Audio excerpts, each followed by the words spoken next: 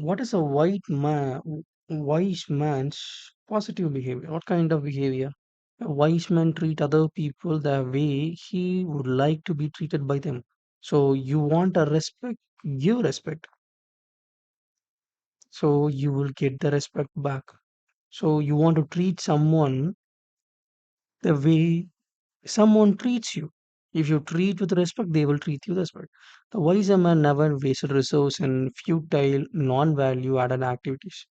Never waste your resources. Resources, even time, something it is not wasteful.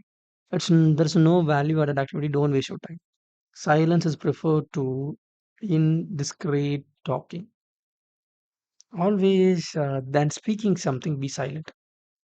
Only when absolutely necessary, as a wise man talks, and that is true, always truth. If you want to speak something, always when required speak or don't speak. And when you speak, you should speak only the truth. Will not long for opportunities beyond his means. So you know what is your capacity and the opportunity if it arises, will you able to satisfy it and complete it a time promptly manner? If yes, take it. If not, don't take it.